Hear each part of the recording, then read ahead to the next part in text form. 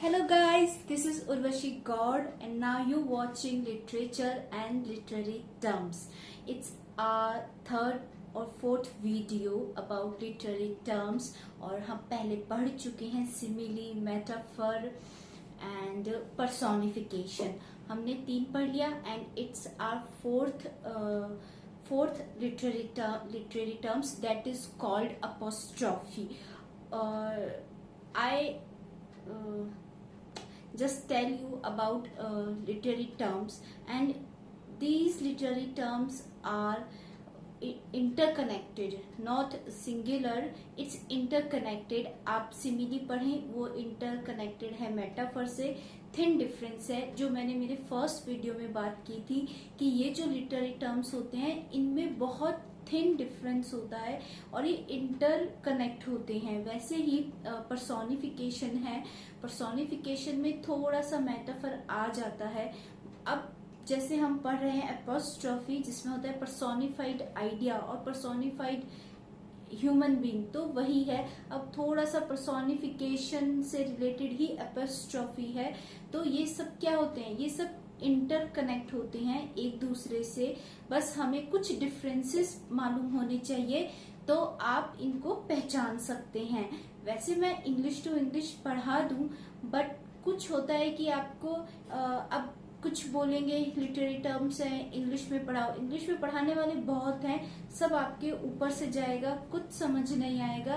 तो बस वही बात है कि मेन पॉइंट कौन से होते हैं जिनसे हम पहचान सकते हैं और क्या ये लिटरेरी टर्म्स हैं। जैसे मैं पहले भी वीडियो में बता चुकी हूँ, literature is all about who rights literature, who rights poems. उनकी खूबसूरती बढ़ाने के लिए एक्स्ट्रा वर्ड जोड़ना, हार्ड वर्ड जोड़ना, लिटरेरी टर्म्स यूज करना, ये सब एक उसकी, जैसे गर्ल्स हैं या बॉयज हैं या ह्यूमन बींग्स हैं ऑर्नामेंट पहनते हैं या कपड़े पर भी एम्ब्रॉयडरी होती है, वैसे ही पोएम्स में जो एम्ब्रॉयडरी है या जो ऑर्नामेंट्स की तरह यूज होते हैं वो क्या होते हैं, वो लिटरेरी टर्म्स होते हैं।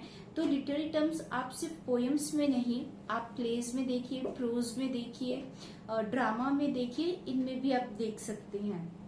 वैसे ही आज हम बात करेंगे एपोस्ट्रॉफी की। एपोस्ट्रॉफी वैसे हम सबको पता होगा, एपोस्ट्रॉफी का मतलब होता है ऊपर ऐसे कोमा लगाना, है ना। ऐसे अपन लिखते हैं एपोस्ट्रॉफी ब्रैकेट हो गया, एपोस्ट्रॉफी हो गया, एपोस्ट्रॉफी एस। एक होता है एपोस्ट्रॉफी एस, एक क्या होता है अपोस्ट्रॉफी एस, यानी इसका मतलब हम क्या बोलते हैं के या का की। ऐसे बॉयज स्कूल यानी लड़कों का स्कूल तो का में आ गया, तो अपोस्ट्रॉफी का अपन को सुनते का के की, ऐसा सिखाया जाता है कि उसका इसकी, है ना। वैसे यहाँ पे अपोस्ट्रॉफी का मतलब ये नहीं है। पोएम्स में अपोस्ट्रॉफी जो लिटरेरी टर्म्स है उसका मतलब है किसी इंसान को एड्रेस करना, वो ह्यूमन बीइंग हो, वो कोई भी हो। इट डजंट मीन कि ह्यूमन बीइंग ही हो या वो इंसान या वो ह्यूमन बीइंग प्रेजेंट हो। आप किसी के, अपन जैसे बोलते हैं ओ गॉड, तो अपन किसको एड्रेस कर रहे हैं, अपन भगवान को एड्रेस कर रहे हैं, अरे भगवान।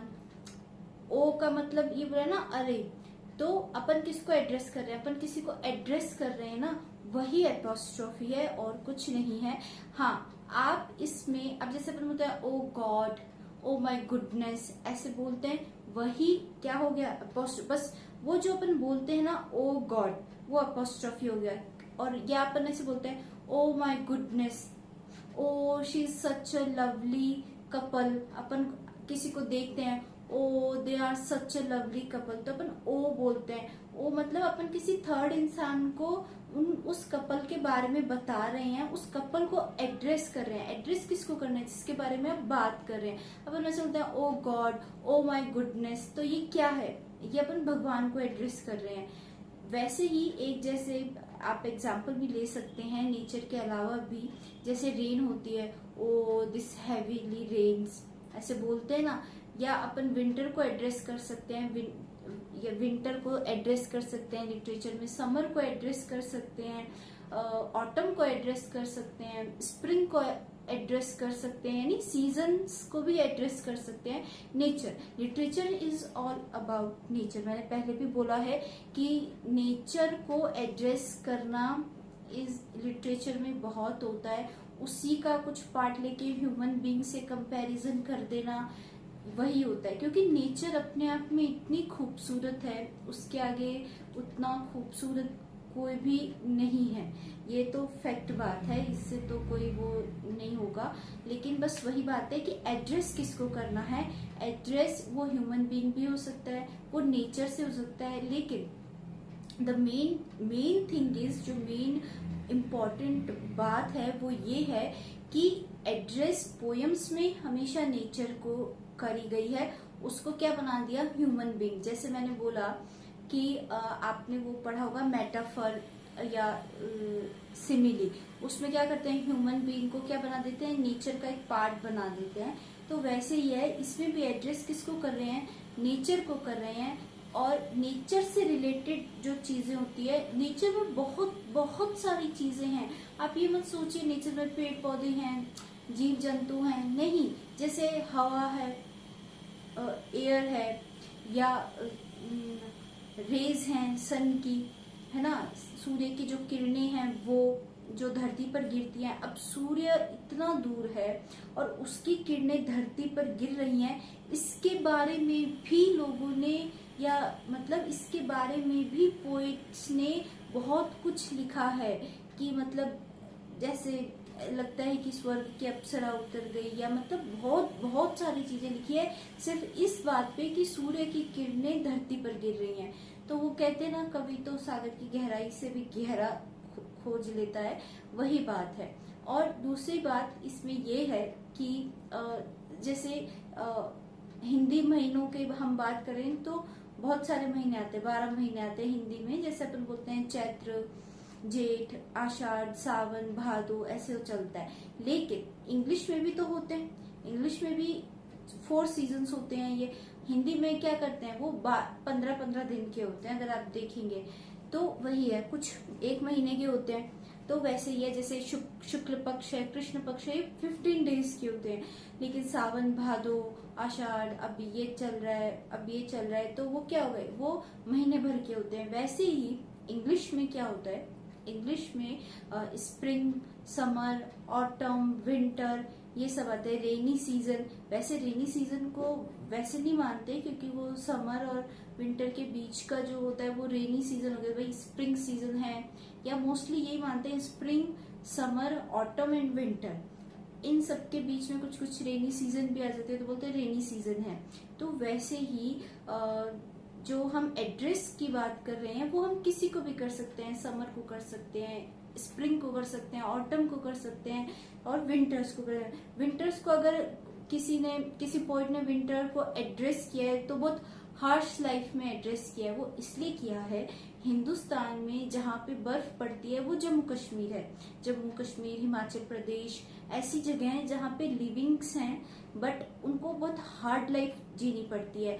वहीं विंटर्स जो बाहर की कंट्रीज में होते हैं, आप इंग्लैंड लीजिए, आप अमेरिकन कंट्रीज लीजिए, आप ये इधर जितने भी हैं, चाहे ईस्ट हो वेस्ट हो, जो मतलब इंडिया से बाहर के देश हैं, जिनको आप विदेश बोलते हैं, फॉरेन कंट्रीज, वहां पे विंटर्स बहुत हार्ड होते हैं। जैसे एक वो सिटी है, वहां पे तो बहुत ज्यादा हार्ड होते हैं। जैसे आपने कनाडा के वीडियो देखे होंगे कि कितनी जल्दी बर्फ जम जाती है, तो इसीलिए उनको वो विंटर्स बहुत ही ज्यादा हार्ड लगते हैं।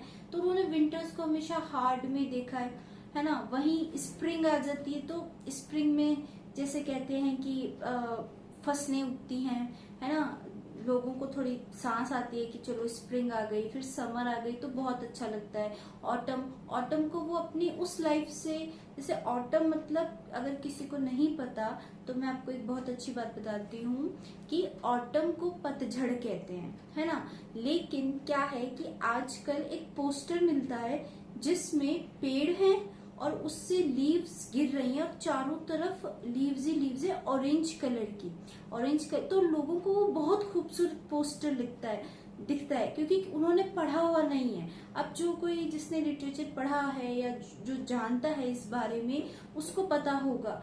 तो वैसे ही मेरे एक सिस्टर है, उनके घर पे लगा था, तो मैंने कहा आपने ये क्या लगा रखा है, तो शी सेड बहुत महंगा पोस्टर है, you know this poster is so costly, हमारे तो बहुत महंगा पड़ गया। वो महंगा पड़ गया, वो पतझड़ बेच रहे हैं तुमको इतना महंगा और किसी को समझ ही नहीं है। तो वही बात है, पहले चीजों को समझिए, वरना ये मार्केट वाले आपको कुछ भी बेचेंगे और आप कुछ भी लेंगे। अब किसी ने अपने रूम में पतझड़ का पोस्टर लगा रखा है, that is not the right thing. अगर आपको पोस्टर लगाना है आप स्प्रिंग सीजन का लगाइए, क्योंकि पोइट्स ने भी उसकी तारीफ की है कि स्प्रिंग बहुत ब्यूटीफुल होता है, नए पत्तों में जान आ गई, लीव्स गेट देयर लाइव्स, जो कि विंटर्स में दब गई थी, ऐसा एक्सप्लेनेशन है। अगर किसी को नहीं पता तो अगर आप ode to the west wind पढ़ेंगे उसमें ऐसे ही एक्सप्लेनेशन है।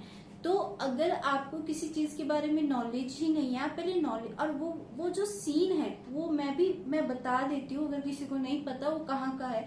वो सीन है पेरिस का। अगर किसी ने वो पिक्चर देखी है हम तुम में, जब रानी मुखर्जी और सैफ अली खान एक पेरिस की स्ट्रीट्स में चल रहे होते हैं, तो वो वैसे ही पेड़ होते हैं, वैसे ही उनसे पत्ते गिरते हैं ऑरेंजिश। वो जो ऑरेंजिश जो लीव्स होती हैं जो गिरती हुई दिखाई देती है, वो बहुत सुंदर पेड़ लगते हैं। वो ऑटम सीजन के हैं और लोग उनको घरों में इस तरह लगाते हैं कि पता नहीं बहुत ही ब्यूटीफुल पेंटिंग है। वो कुछ भी नहीं है, वो पतझड़, वहां का पतझड़ जो ऑटम आता है, जब वहां पे पेड़ पौधे ऐसे ही हो जाते हैं। आप अपने भारत में देखिए, जब वो थोड़ा सीजन आता है ऑटम वाला, तो कहते हैं अरे पत्ते झड़ गए, तो मतलब मौसम ही ऐसा है, पतझड़ आ गया। और वहां पे क्या बोलते हैं इसी चीज को, ऑटम। बस किसी चीज को इंग्लिश नाम दे देना, ये आजकल का ट्रेंड हो गया, और दिमाग किसी को यूज नहीं करना। तो वो सब सीन क्या होते हैं, वो ऑटम के होते हैं। इस पर भी पोएम से लिखी है उन्होंने। अगर ऑटम सीजन को एड्रेस किया है, तो वो अपनी एक जो जवानी होती है उसको बीत जाने के बाद जब वो लोनलीनेस फील करते हैं, उससे कनेक्ट किया है कि हमारे भी अब जैसे पेड़ पौधों के जो पत्ते हैं वो झड़ रहे हैं, वैसे ही हमारी जवानी भी चलती जा रही है और हम भी एकदम निराश हो गए। क्योंकि जब पत्ते झड़ जाते हैं एक पेड़ से तो बहुत अजीब लगता है, मतलब वो आप एक नॉर्मल इंसान देख ही नहीं सकता, वो अजीब लगता है। तो वैसे ही एक बार थोड़ा इंसान डाउन होता है, धीरे धीरे वो एक एज आने लगती है, तो वो भी वैसी हो जाते हैं, थोड़ी सी हो जाती, फिर वो दोबारा ग्रो करता है कि नहीं चलो अब ये न्यू फेज है। तो वही बात है, आप कुछ भी मत खरीदिए, आप पहले उस चीज का मीनिंग निकालिए, उसके बाद में ही वो दीजिए। क्योंकि ये मैंने एक जगह देखा था और इसीलिए मैंने बोला। ओके, तो अब हम यहाँ पे आ जाते हैं एपोस्ट्रोफी। एक तो एपोस्ट्रोफी होता है ये, यहाँ पे इसकी बात नहीं हो रही है। इसकी बात इसलिए नहीं हो रही है क्योंकि इसका मीनिंग ही अलग होता है, इसका मीनिंग अलग होता है। यहाँ पे कोई एपोस्ट्रोफी ऐसे एस नहीं लगता जिसका मीनिंग हो का के की।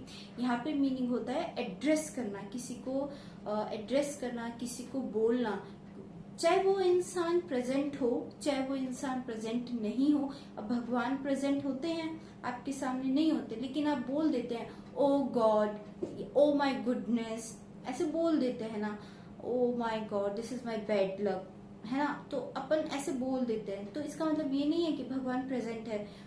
अपन सोचते हैं हाँ यार भगवान ने सुन लिया। तो वैसी ही बात है कि अगर कोई प्रेजेंट है नहीं है। अब जैसे direct address to a person or thing, direct address करते हैं ओ ऑटम, आपने ऐसी पोयम भी पढ़ी होगी, है एक पोयम स्प्रिंग पर भी है, समर पे भी है, विंटर पर भी है। 4 सीजन्स पे पोयम है, ऐसा नहीं है कि नहीं है। 4 सीजन्स पे पोयम है, किसी को इंटरेस्ट हो तो प्लीज जाके पढ़ना। और बहुत ही ब्यूटीफुल पोयम्स है, ऐसा नहीं है कि आपको इंटरेस्ट नहीं आएगा, आपको इंटरेस्ट बहुत आएगा। तो वो है कि direct address to a person or thing, address a person or personified idea. यानी पर्सन को भी आप एड्रेस कर सकते हो और पर्सोनिफाइड आइडिया को भी। पर्सोनिफाइड आइडिया कहाँ से आया? पर्सोनिफाइड आइडिया आया पर्सोनिफिकेशन से। यानी पर्सोनिफिकेशन में जो मैंने आप लोगों को बताया था कि मून वेल्ड हर फेस, है ना, ऐसे ऐसे, तो वैसे ही उसको भी आप ओ मून, मून भी बोल सकते हैं, ओ सन ये भी बोल सकते हैं, जैसे ओ आफ्टरनून ऐसा भी बोला जा सकता है, ओ मॉर्निंग। ओ मॉर्निंग पर भी एक पोयम है।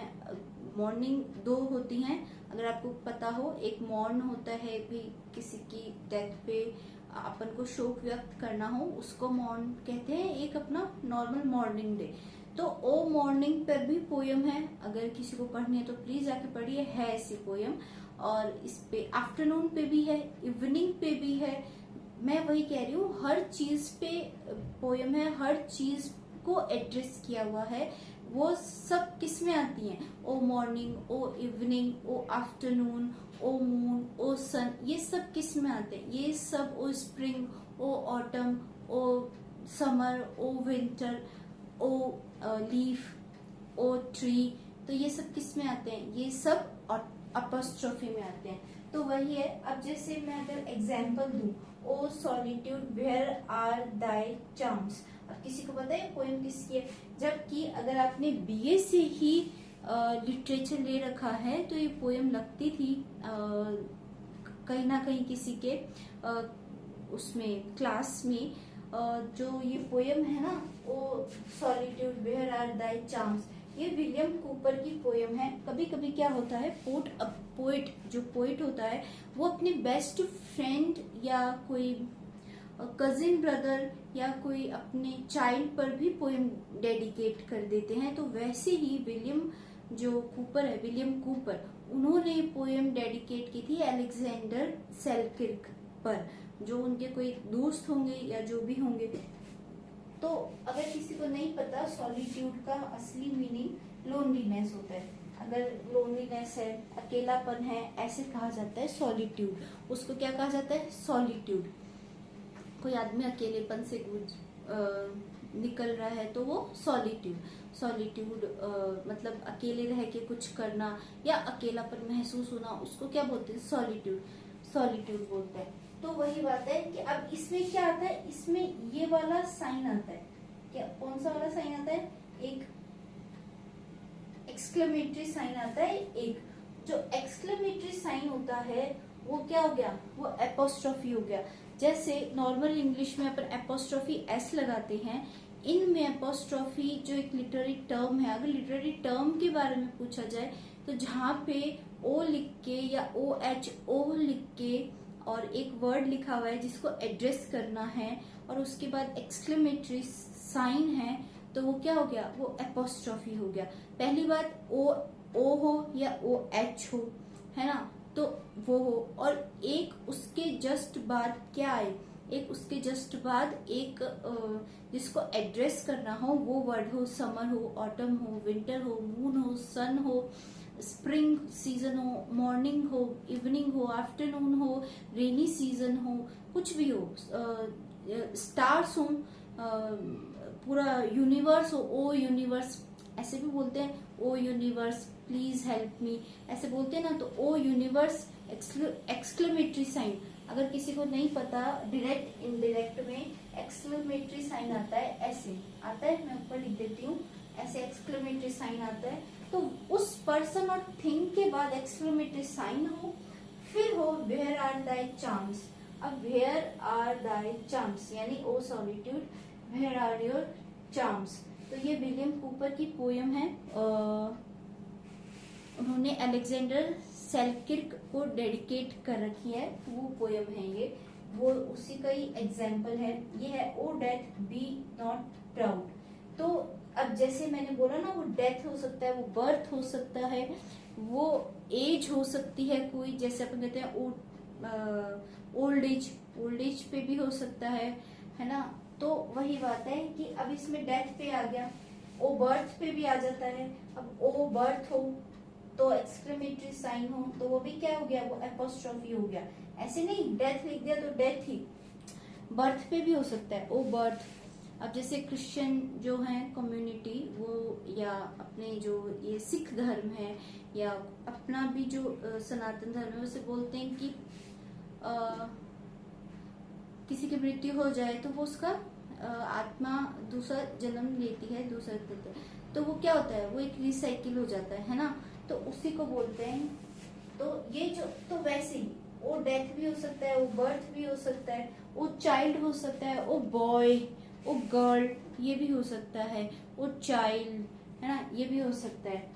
तो बी नॉट प्राउड, अब ये जो पोयम है ना, O death be not proud, ये जॉन डन की लिखी हुई है, और मैंने ये यहाँ पे सन लिखा हुआ है कि जॉन, वैसे तो जॉन डन की पोयम अगर पढ़ी है किसी ने, और अपने यहाँ पे भी है, अपने यहाँ पे है जॉन कीट्स की, जॉन डन की भी है, जॉन डन की भी है, जॉन कीट्स की भी है, तो मैंने नीचे ये भी लिख दिया कि इनका जो बर्थ से लेके डेथ तक कौन सा पीरियड था, तो वो ये पीरियड है, और ये जॉन डन की O death be not proud, यानी कि ये जो पोयम है O death be not proud, इसका टाइटल ही यही है, डेथ बी नॉट प्राउड, यानी कि मृत्यु तो इतना घमंड मत कर।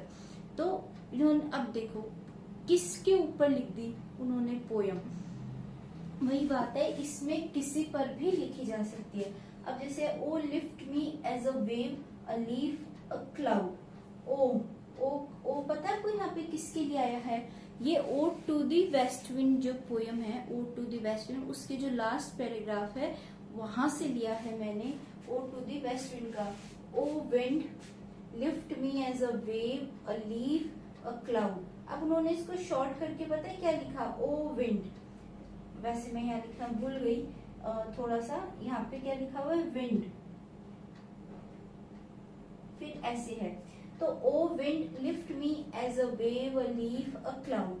अब उसने ये नहीं लिखा ओ विंड, क्योंकि उसने पहले ही टाइटल दे दिया ओ वेस्ट विंड, तो उसने लास्ट में क्या, लास्ट के पैराग्राफ में मतलब उसने ये बोला कि अब तुमको समझ में आ गया कि पोयम किस बारे में है, तो उसने सिर्फ यही लिखा ओ विंड। ओ विंड का मतलब होता है वेस्ट विंड, वेस्ट विंड मतलब पश्चिम हवा, कि ना पश्चिमी विक्षोभ आ गया, या पश्चिम की जो हवाएं आती हैं वो बहुत हार्श होती हैं, पेड़ पौधों से पत्ते गिर गए, बहुत तेज चलती हैं, बहुत ठंडी होती हैं, तो उसने उसी पर लिखा है कि तू मुझे ले जा, तू मुझे अपने साथ ही बाहर ले जा, जैसे कि तू अब एक वेव है, जैसे एक हवा को, वेस्ट विंड जैसे हवा भी को ले जाती है, एक पत्ते को ले जाती है, और क्लाउड को भी ले जाती है।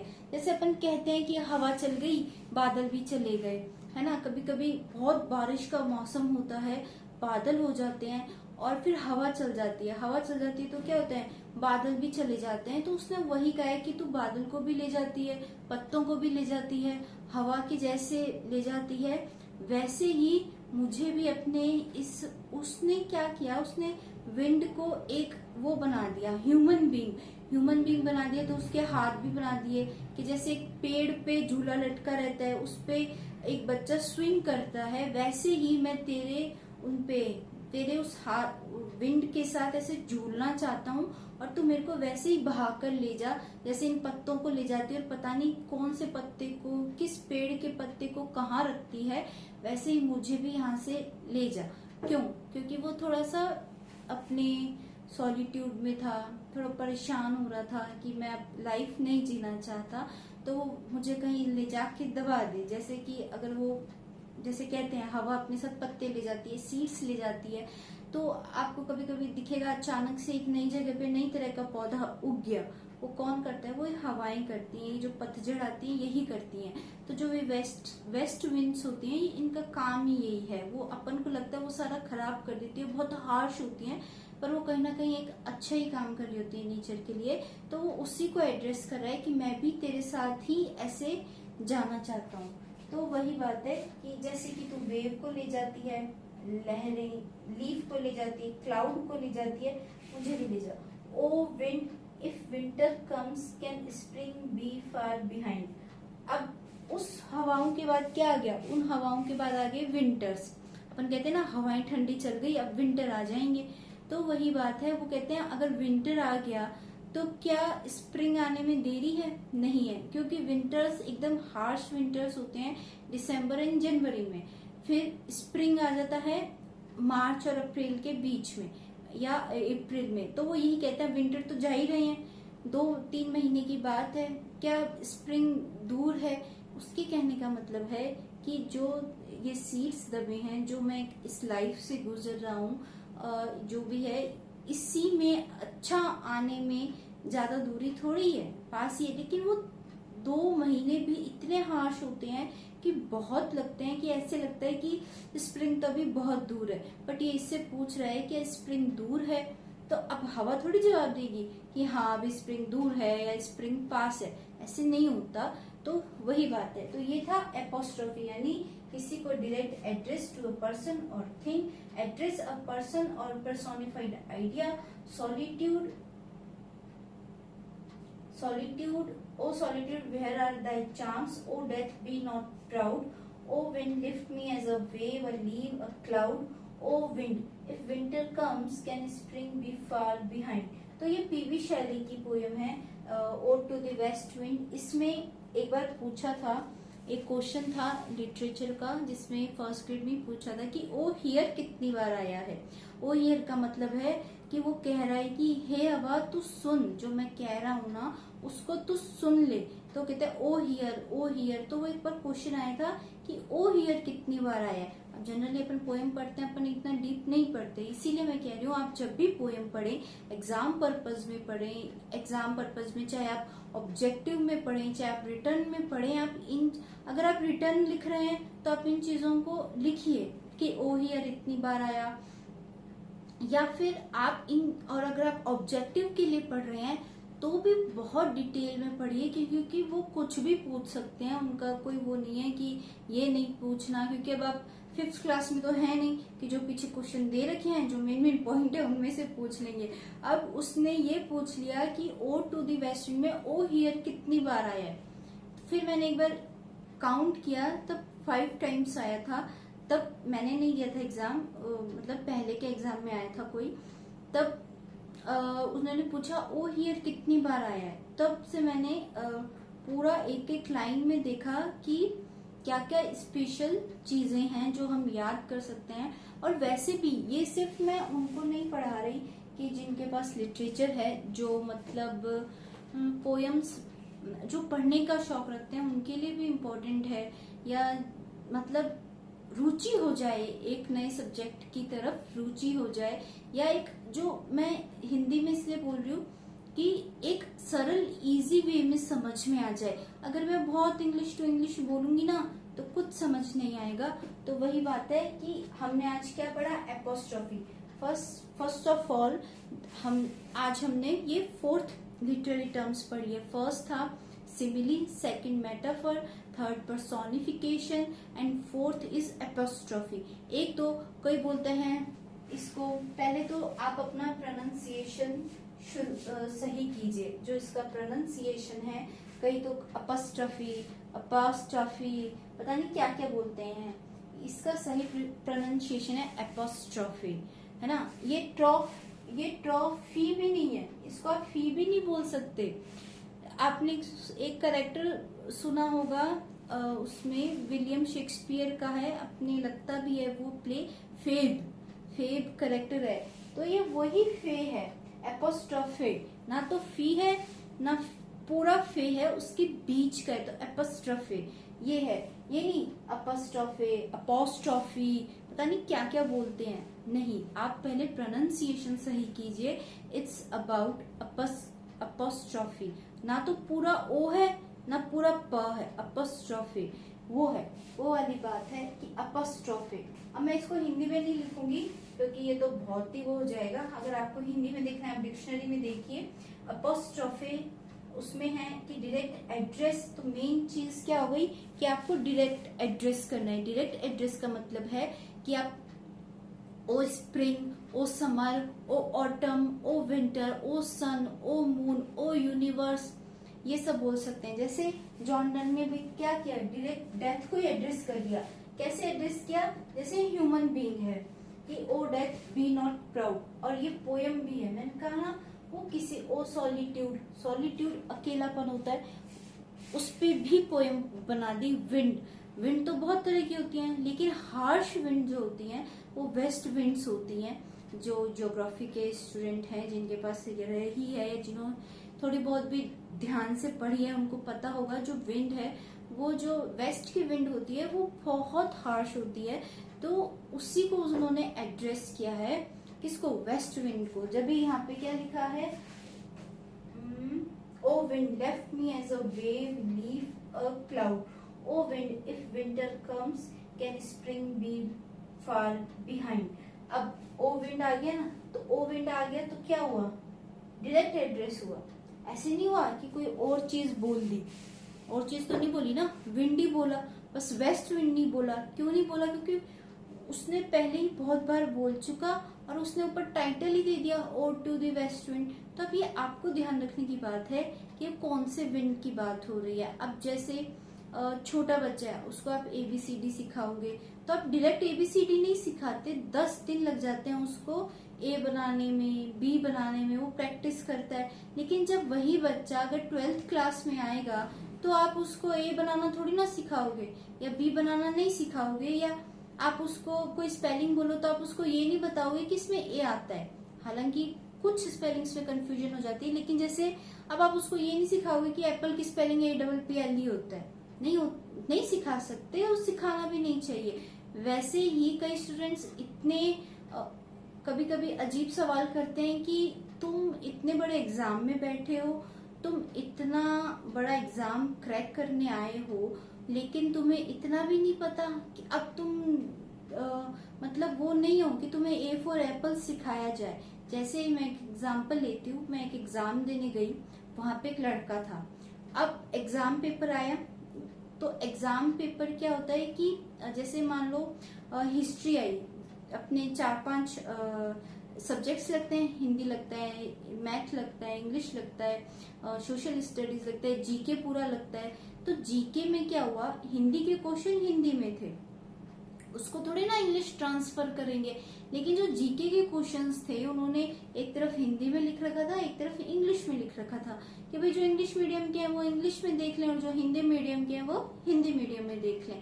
अब आप इंग्लिश तो इंग्लिश में ही पढ़ेंगे, इंग्लिश के क्वेश्चन आप हिंदी में थोड़ी ना देखेंगे, ये लैंग्वेज है। आप संस्कृत के अगर क्वेश्चन आ रहे हैं आपके पेपर में, या कोई ऐसा आपने एग्जाम क्रैक करना है जिसमें संस्कृत आ रही है, तो आप वो संस्कृत में देखेंगे, हिंदी में थोड़ी ना देखेंगे। तो वही तो वहां पे लड़का बोलता है कि सर मुझे क्वेश्चन करना है। तो सर ने बोला हाँ बोलो, मैं एग्जाम कर रही थी तो वहीं की बात है। तो वो कहते सर जो जीके के क्वेश्चन है ना वो तो इंग्लिश और हिंदी में दोनों आए, लेकिन इंग्लिश के क्वेश्चन इंग्लिश में आ गए। ओ गॉड, अब इंग्लिश के क्वेश्चन को हिंदी में कौन ट्रांसलेट करके देता है, कोई करता है कि who is the writer of this poem, तो इस कविता का राइटर कौन है। अगर आप तो फिर उनका मकसद क्या हुआ, इंग्लिश में पेपर लेने का मकसद ये हुआ कि आपको हिंदी नहीं देखनी पड़े। तो इसीलिए मैं कह रही हूँ कि अब आपको वो बार बार नहीं बताएगा कि वो कौन से विंड की बात कर रहा है। आप एग्जाम में ये मत कंफ्यूज हो जाइए, अरे कौन से विंड की बात कर रहा है वो, इसने तो वेस्ट विंड लिखी नहीं, ये तो गलत छप के आ गया। वो गलत छप के नहीं आता।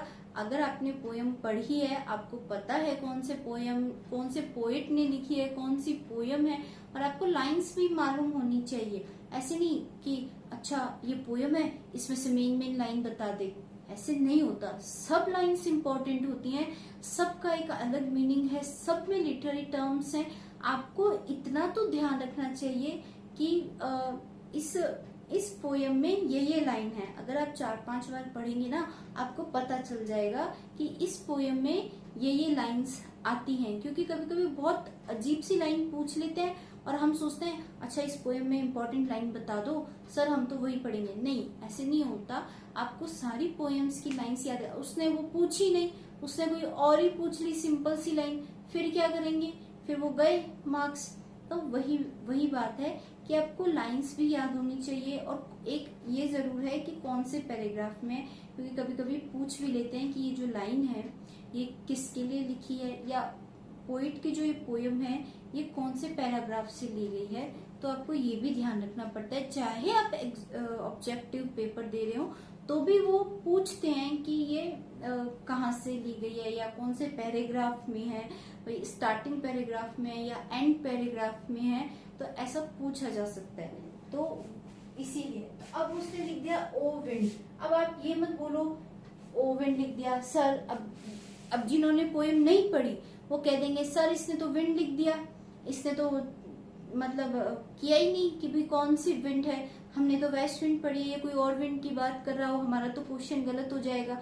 नहीं, उसने सही लिखा है, वो लाइन उस पोयम में है, अब तुमने नहीं पढ़ी उसमें, वो सर क्या करे और छापने वाला क्या करे।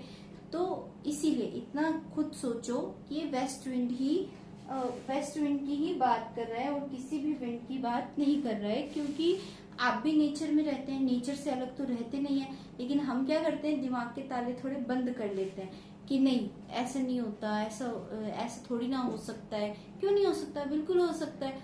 अब वो पोइट ने जो लाइन लिखी है उसको लगा कि हाँ इसमें ना वेस्ट लिखा हुआ है ना कुछ लिखा हुआ है, अपन ओ विंड लिख दे।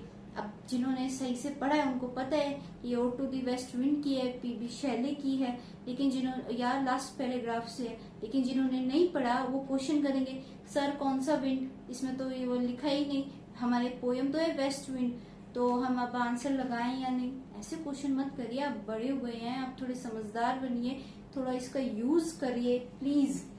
तो वही बात है कि डायरेक्ट एड्रेस, अब इसमें मैंने तीन बात बताई। एक तो डायरेक्ट एड्रेस, और जरूरी नहीं है कि वो इंसान प्रेजेंट हो, वो प्रेजेंट नहीं हो तो भी उसको एड्रेस कर सकते हैं।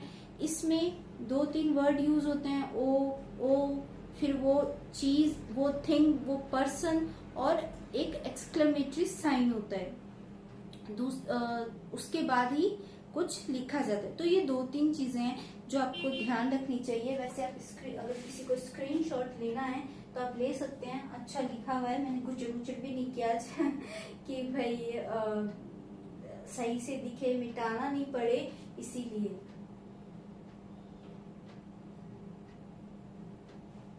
अगर ले लिया स्क्रीनशॉट तो ठीक है, नहीं लिया तो भी कोई बात नहीं। आप ये एग्जाम्पल, एक्चुअली नेट पे बहुत सारे एग्जाम्पल्स हैं विद ये भी लिखा हुआ है कि कौन सी पोयम का है, कैसे है, क्या है।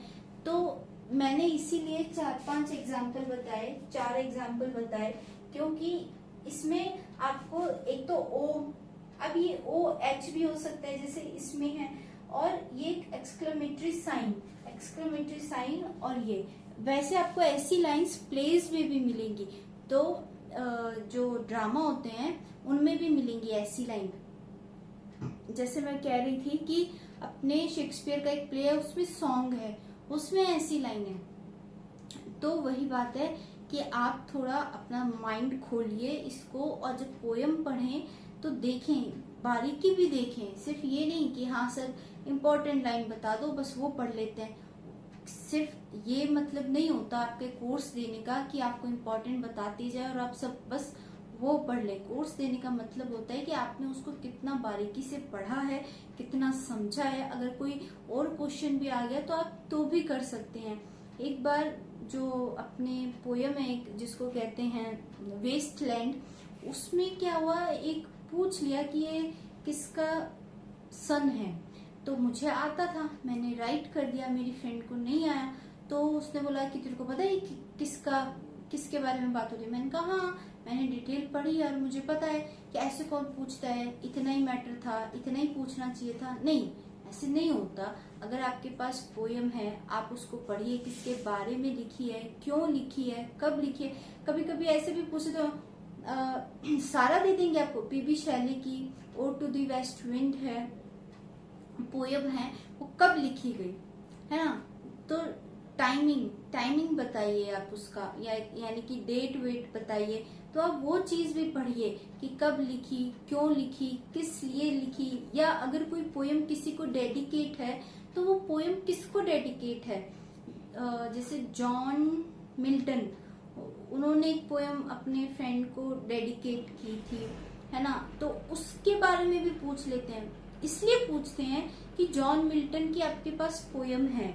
अब जॉन मिल्टन ने और एक पोयम लिखी है जो कि डेडिकेट की है, तो वो किसको की है वो आप उसका कोई फ्रेंड है, उसको जो इंग्लैंड के प्रिंस हैं उनको उन्होंने पोयम डेडिकेट की थी। और ये क्वेश्चन आया हुआ है कि जॉन मिल्टन ने ये पोयम है उनकी, उन्होंने किसको डेडिकेट की है या डेडिकेट करते हुए कौन सी पोयम लिखी है, ये क्वेश्चन भी आया हुआ है। तो आप जो जैसे आप अगर कोई बुक पढ़ते हैं कोई भी लिटरेचर की, उसमें पोइट के बारे में दे रखा होता है। आप अगर गाइड भी ला रहे हैं उसमें भी पोइट के बारे में दे रखा होता है कि इसका बर्थ ये है, डेथ ये है, चिल्ड्रन इतने हैं, या कोई स्पेसिफिक पोयम लिखी है तो वो किसको डेडिकेट करते हुए लिखी है। एक बार ऐसे भी आया था, who is this sisters name of William Wordsworth, है ना, तब डोरोथी, तो डोरोथी का भी पूछा गया है। तो ये जो डिटेल्स हैं ये आप प्लीज ध्यान रखिए, इन डिटेल्स के बारे में ध्यान रखिए कि ओ है, एक्सक्लेमेटरी साइन है, और नेचर से कोई चीज है तो वो क्या हो गया, वो एपोस्ट्रोफी हो गया। एक एपोस्ट्रोफी वो एस वाला होता है तो वो नहीं है, ये एक्सक्लेमेटरी साइन वाला है। Okay, thank you. आपको आज की जो ये क्लास है वो कैसी लगी, please comment, like and share. और जो भी देखते हैं वो प्लीज लाइक कर दें, एक बस ऐसे करना होता है। तो please thank you, like and comment and share खूब सारा प्लीज।